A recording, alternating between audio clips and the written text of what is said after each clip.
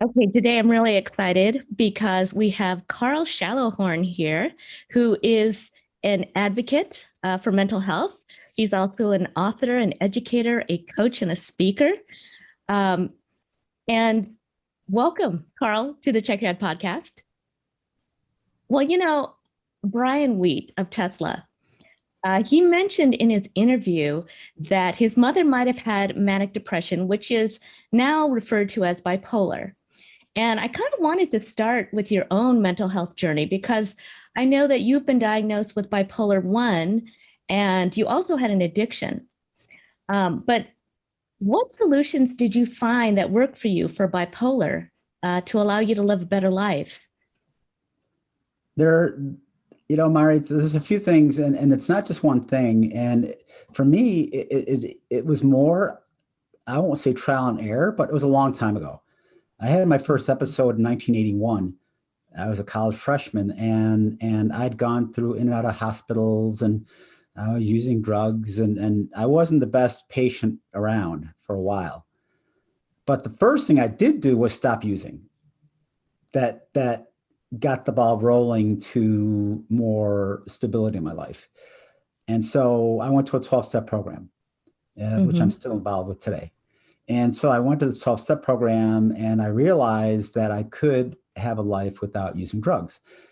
And then on top of that, I began to take the medication I was prescribed as prescribed properly, which I wasn't always doing before.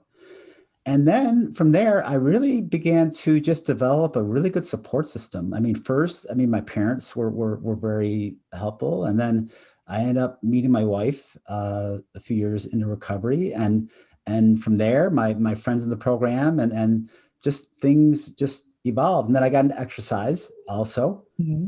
several years into recovery, well, maybe about 10 years in recovery, a little bit later, but still enough time that I realized was something I had to do to take care of my overall well-being. So it's a bunch of things, but overall, it's a combination of things that have allowed me to stay free of any manic episode since 1995. Wow, that's really great to hear. I mean, I love to hear the other side, like after somebody has found the right solutions, because I know it's a long journey. I mean, I've had my experiences with depression and anxiety, and it takes a while to find out what is going to work for you, your lifestyle, your DNA, and all of these other things. But, one thing that I was interested in is you talked about the people that are around you, your wife, your family, your support system. Um, because Brian Wheat, he said his life changed dramatically when he met his wife, who said she was not going to date somebody who was high all the time. So she stopped. From what, from your experience, what has been some of the key motivators for people to get help? I think many times it is those relationships, like you just said, Mari. Sometimes it comes down to someone saying either the drugs or me, take your pick. Now, it doesn't always work out, but a lot of times it's like that wake up call, or sometimes they say it's hitting bottom that does it. It could be, being arrested. It could be the potential of losing a job, or even losing a gig in a band. I mean, but a lot of times it's that jarring experience that you have that simple aha moment. So let me tell you, for me, Mari, I Okay. remember vividly sitting in my counselor's office. I was using at the time. I mean, I was still dabbling here and there, and it was still somewhat unstable. And my counselor said to me, he said, Karl, I'm going to give you three choices. Either you go to rehab, you go to an NA meeting, or you end up back in the hospital. And I sat there and I thought about it for a second, and I said, well, and I was working in a recording studio. That was actually my first job out of college, was at a recording studio. And I said, well, I don't want to go, I don't want to tell my boss I have a drug problem. And then I said to myself, well, I definitely don't want to go back to the hospital. So I kind of took the path of least resistance, as they say, and I said, well, I'll go to any meeting. But little did I know, when I went 2 days later, it literally changed my life. I mean, I walked in, and so that was it. And so sometimes it's someone just making you look at yourself and what you're doing, and make you realize that if you don't make a change, it's not going to be good. Right. Right. And, you know, one thing I thought was really interesting is that you also talk on healthy relationships, which really is a great foundation, not only for mental health, but for life. Mhm. And I'm curious on what you tell loving partners, families, when they're working with somebody that has either a mental health issue or addiction. One of the first words I always think of is empathy. And it's really hard sometimes to be empathetic when your loved one is, you know, engaging in a behavior or say acting in a way that makes the relationship difficult. But I always encourage family members to try the best they can to have patience, to understand that certainly no one wants a mental illness. No one wants to have a drug addiction. We can't necessarily blame the individual, despite the fact that it might seem like what they're doing is their fault. But we know that these are brain diseases and they are physiological in nature. So we have to approach it from the perspective of looking at someone who's ill. And so when you look at it that way, then you could be, like I said, maybe a little bit more empathetic. Doesn't mean that you give a person a pass, Mhm. but maybe you're willing to say, okay, I'll work with you on this. I'll maybe give you a little more time, or you know, go with you to your therapist appointment for the first time if you need me to go, or but sometimes we do know, Mari, that unfortunately people do burn bridges too. And that's where those relationships are difficult to repair. But more often than anything, early on, it's important that early intervention is key. So if a person is exhibiting a problem, you want to get at it as early as possible, like any other illness, whether it be cancer, heart disease, you name it. You want to intervene early. So that's another big thing too, is try to attack the problem early. Okay. Now, one thing that you have in common with a lot of people that come on the podcast is that music has been sort of your sanctuary, especially during your mental health issues. And I'm wondering for you, what is it about music that has really helped you through those tough times? Oh my gosh, Mari. As the old saying goes, let me count the ways, right? Right. Music for me is therapy. It is a way. I mean, it's just part of my DNA. It soothes me. It makes me feel. I mean, there was only one time in my life that I recall that when I listened to music, I didn't get anything out of it, and that was when I was having a major depressive episode as part of bipolar many years ago. But I've always felt music, more than, I don't just hear it, I feel it. And I have music for every way I feel, more or less, right? I can identify, but music for me kind of transcends my own life experience. It's been with me through the very difficult times. I can go back to any period in my life and remember a song that was there that got me through it. One song in particular, in my really tough days, was a song by the English group the Mhm. old, Matt Johnson, and the song is "This Is the Day." And I remember listening to that album, Soul Mining. That whole album, Soul Mining, was the soundtrack of my life in 1983. I mean, those songs just really I just resonated with that. So I think about that. Another real quick story was when my father died about 5 years ago. I would go to him and visit him in the nursing home and play music for him when he was dying. And I played John Coltrane. Coltrane Plays the Blues, and that was the last song or album that was playing when he took his last breath. Mhm. Very sacred moment. So I just identified, like the soundtrack of my life. That's really what it comes down to. Right, right. All the emotion behind it, the lyrics. And I'm not sure if you are a musician yourself, if you've tried, playing guitar or keyboards or whatever, but I also know as, playing piano or keyboards, once you get into playing, everything drops away. It's a wonderful escape that makes us feel so good. And we're in the now, we're focused on just that, and just what a great thing to focus on, when things might feel like they're falling apart around you. Um, you know, Brian, with his story, involved a lot of different kinds of addiction. I mean, he talked about cocaine, alcohol use. He talked about bulimia, which is sort of like an addiction to losing weight. Is there truth behind the term having an addictive personality? What do you think about that term, having an addictive personality? It's interesting you say it that way because I believe that, in a sense, that is true. Because really, what we're talking about here is, addictions are typically uh, surrounding primarily behaviors, but also has to do with thoughts.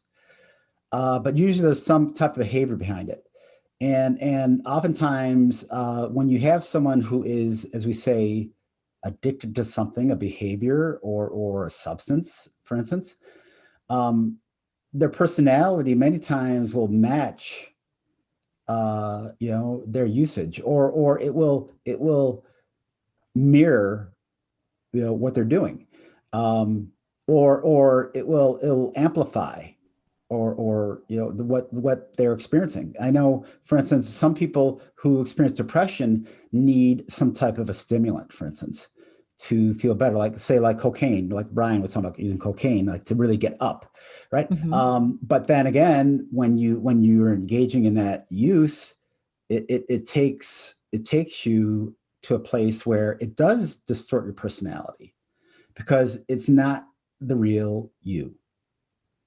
And I think, unfortunately, when a person is caught up in their addiction, it can take them to the place where perhaps they're not acting or thinking the way they typically would when they wouldn't be using that substance or that behavior. Okay. Yeah, that's the thing about self-medicating, which happens a lot, right? We kind of grab what we think is going to work instead of making a phone call to a therapist or, trying something else. If somebody is self-medicating um, at a level where it's been going on for a long time, and, as somebody who did that, what do you say to try to persuade them just to try a different way? Hmm. That's a good question, Mari, because that is one that, I think many people have struggled with for ages, right? If it were that simple, then we wouldn't have people with addiction problems. But I will say this, though, there are techniques, there are tools that people can use in order to help themselves overcome their addictions.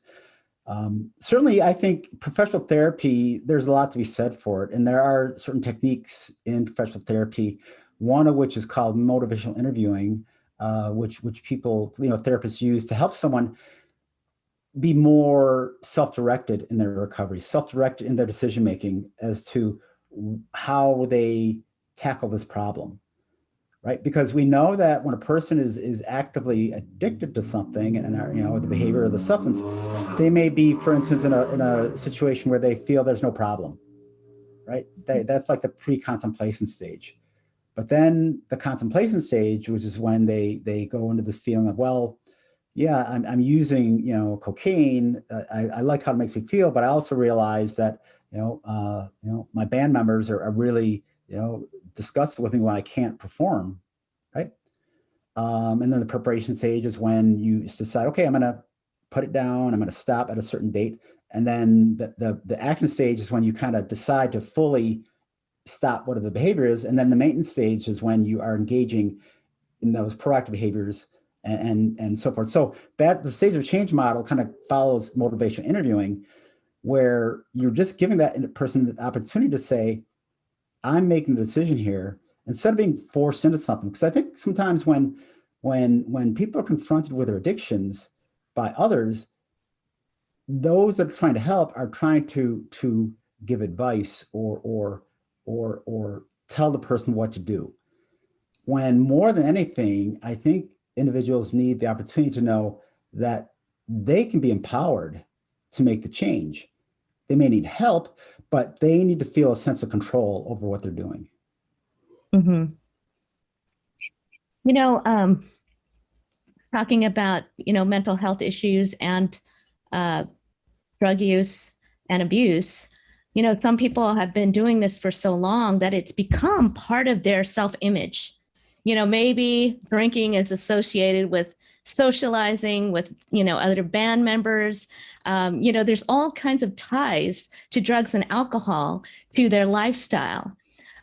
What kind of change needs to happen? Because I would think that you would need to have a change also in your self image if you're going to change that part of your life. I Is that think it where comes, therapy comes in? I yeah, mean, yeah, yeah. But also it comes down to loving yourself, right? I mean, the whole idea of would you treat someone else like you're treating yourself? I mean, think about it this way, Mari. When a person is engaging in a behavior like you're describing, which is addictive in nature, they're abusing substances, which are potentially life-threatening, whether it be in the short term or the long term, they're killing themselves. And you have to think about it this way. Think to yourself, what I'm doing here is literally killing me. Why would I want to do that? Do I love myself enough to stop? And I think sometimes when faced with that question, people can kind of come to the realization that I think I need to do something about this. And I've seen it in my own life. I've seen people I know close to me who have made that decision. And it was more a matter of life saving, because if they didn't, then they'd be putting their health at risk. But it's hard though when you're surrounded by other people who are engaging in these behaviors. It's hard to get away from that. Like I said, whether it be you're a musician or anyone, a lot of times the music industry or any, restaurant work, even same thing. Like these people who work in restaurants. I mean, same thing. Like these environments where people are kind of just, really high stress, and around it so much that being able to just separate yourself from it is difficult.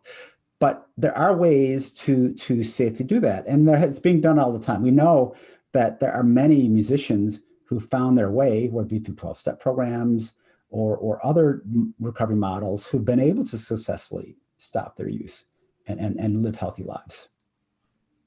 well, you said a key thing, which is loving yourself. And I do believe that, the core of a lot of issues really kind of boils down to loving yourself and wanting to take care of yourself. I mean, was that an issue in your situation, or did you find that as soon as you started having symptoms and realizing that something wasn't quite right, that you went immediately to start to try to find your solutions? It's interesting you say that because Mari, when I had that session with the therapist I described just a little while ago, my decision was based on fear more than anything. Fear of the what ifs. If I don't change, then my life is, and I'll tell you, Mari, there's a local institution here in Buffalo, which is still open. It's called the Buffalo Psychiatric Center. And I'd been in there twice, 20, 21 years old, with men who were literally older, some of whom were literally criminally insane. I kid you not. And here I'm this kid thinking to myself, is this my future? So yeah, part of it was love myself enough to say I need to make a change, but also there's that fear of if I don't change, then this is what I'm looking at. And I may not die physically, but mentally, emotionally, I'll be gone. Mm-hmm. You have been. You said the last time you had an episode was what, 1995, Yes. and since then, I suspect that you've been in control and disciplined. How difficult has that been for you to be, especially with your addiction, to be in control and disciplined with your mental health and your addiction recovery? It's not easy. It's not easy. Even now, every day it's work. And I mean, one of the things I still deal with now is around sleep, for instance, right? And one of the things that's well known is that people with bipolar disorder, sleep is a must. You got to get sleep. Sleep. When you lose sleep, That's not good. So I know for me, I have to still be careful of my sleep.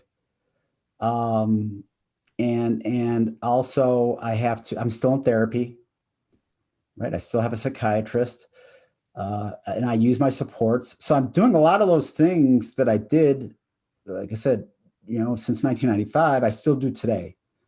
And it's sort of like, if it ain't broke, don't fix it. Right. I mean, I kind of got the, it's not even a secret for me. I got the recipe, I'll call it that way, for what worked for me. And I'm not going to deviate from that. And I've had some pretty close calls over the years. I'm not going to, like I said, it hasn't been easy. I've had some really rough patches, but fortunately, with a good, loving support system like my wife, who has been essential. She called me out just like last year. When I was getting a little hypomanic, she said, you seem like you need to check in with your counselor, with your psychiatrist, which I did, and we kind of maybe averted something there. So it's a number of things, but it takes a lot of work. And I don't wish these illnesses on anybody. I swear, not even my worst enemy, because it can be torturous for a lot of people. Now, the medication that you're on, has that changed throughout the years, or has that been pretty good for you throughout that time? The same medication.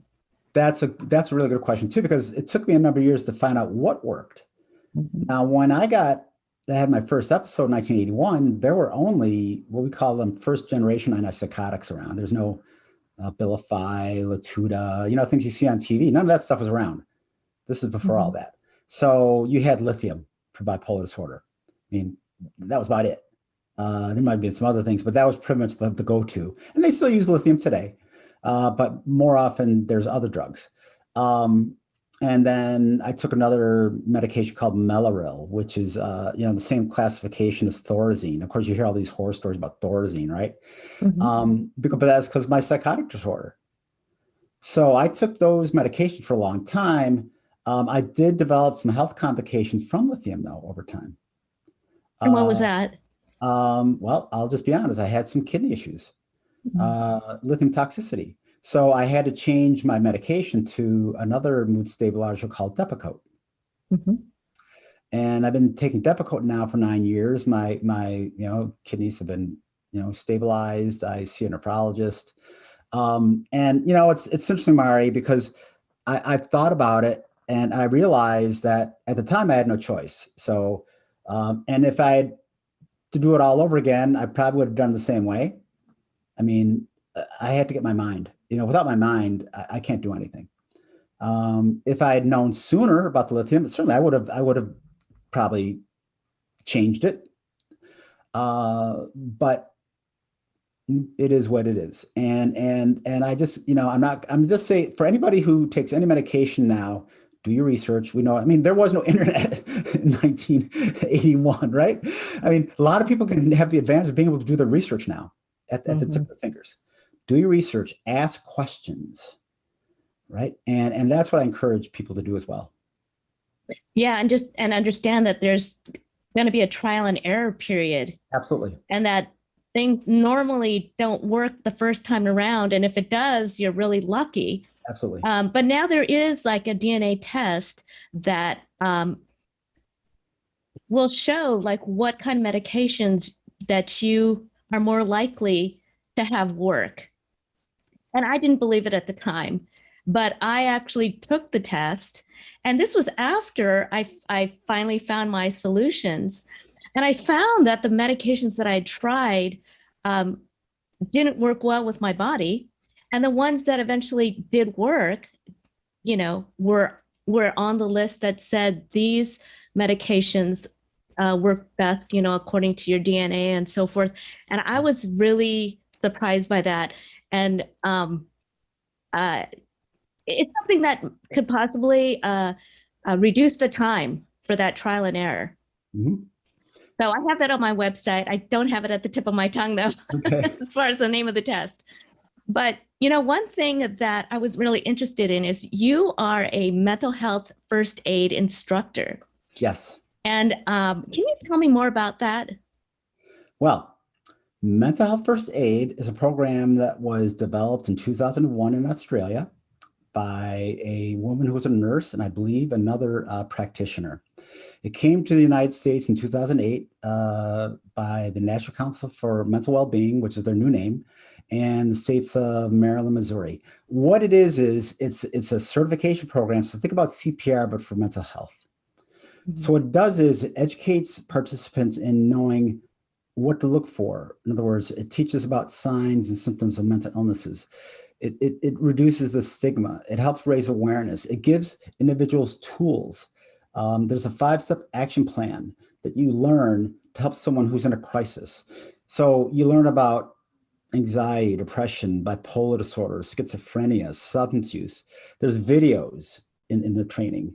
There's interactive exercises. So it's an 8-hour training. It's pretty intensive, but it is, I'll tell you, I've now taught probably, I'm thinking probably close to at least 1,700, 1,800 people, maybe even more Mhm. since 2014. And the feedback has been overwhelmingly resounding positively that people enjoy the training from what they get out of it. And it's for anybody. I mean, it's not for a clinician. Anybody can take the training. If you go to mentalhealthfirstaid.org, and you can search for a class. Many of them are being offered for free through grants. A lot of them are now even being offered virtually because of COVID. So if someone wants to take the class, you go to mentalhealthfirstaid.org. You can find stuff and contact an instructor, and that's a great way to learn how to help someone who might be in need.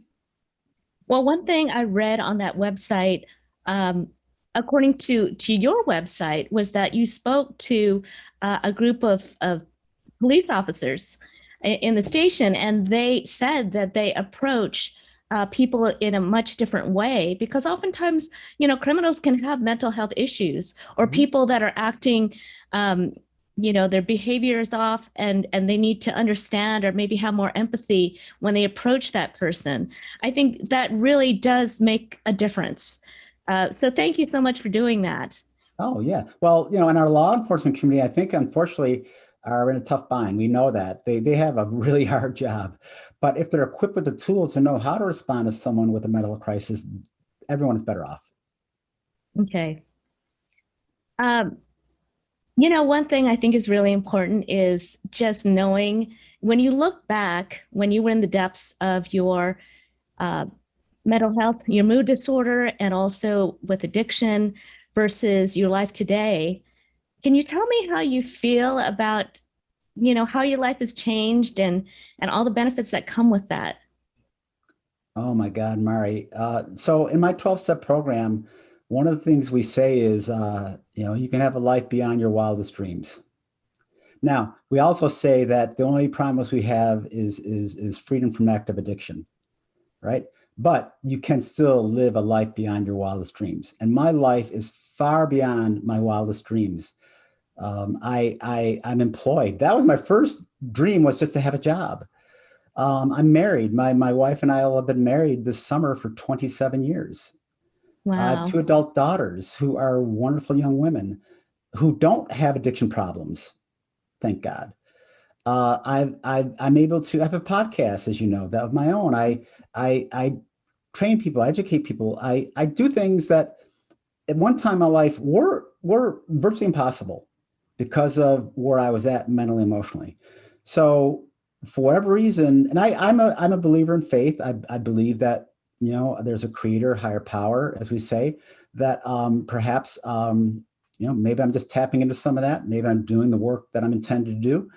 But I also very, very fortunate. And then there's also another saying we only keep what we have by giving it away. And I feel strongly that the only way that I maintain my recovery is by helping others. And that's what I try to do every day. Well, thank you so much for being a mental health advocate and using your experience to better other people's lives and giving them hope, which I think really is the most important thing. Because sometimes when you're at the bottom and you just can't feel a thing because you just don't care anymore and you're exhausted, just that little sliver of hope to know that somebody else was able to come up from that means everything, and that little ounce of care that somebody can give, can mean everything. But Karl Shallowhorn, is there anything else that you would like to say about mental health or addiction? I guess the last thing I'll say, and to tie in what you just talked about with hope, the one thing I always say is recovery is possible. And recovery looks different for everyone, but it's always possible to go beyond where you think you can go. And it takes a lot of work, but it is so worth it. And you can have a life that you never thought you could have before, even if it means just not having to deal with some of the symptoms you might be experiencing. But the bottom line is, recovery. There's a way to get better and recover. And as far as I'm concerned, we're never fully recovered. I will never be fully recovered. That's why I always have to continually work on what I'm doing. But I would never have it any other way. Yeah, yes. There's a lot of great satisfaction in knowing that you're helping others, and your story is something that could be right used for good, make people take the right steps. So thank you so much, Karl. Thank you, Mari. I've really enjoyed talking to you. Yeah, it's been a pleasure. Hi, I'm Mari Fong, producer and host for Check Your Head, Mental Health for Musicians podcast, where musicians and experts come and share their stories and solutions for mental health and wellness. If you enjoyed this video, please subscribe to our YouTube channel. And if you like us, please follow us on social media at Check Your Head Podcast. And visit us at checkyourheadpodcast.com, where you'll find over 100 mental health resources that will assist you in your mental health recovery. Also, if you want to show your love, you can donate or buy the merch. We have superhero tees and hoodies for sale to remind you and your loved ones that you are superheroes every day. You rock, and we love you.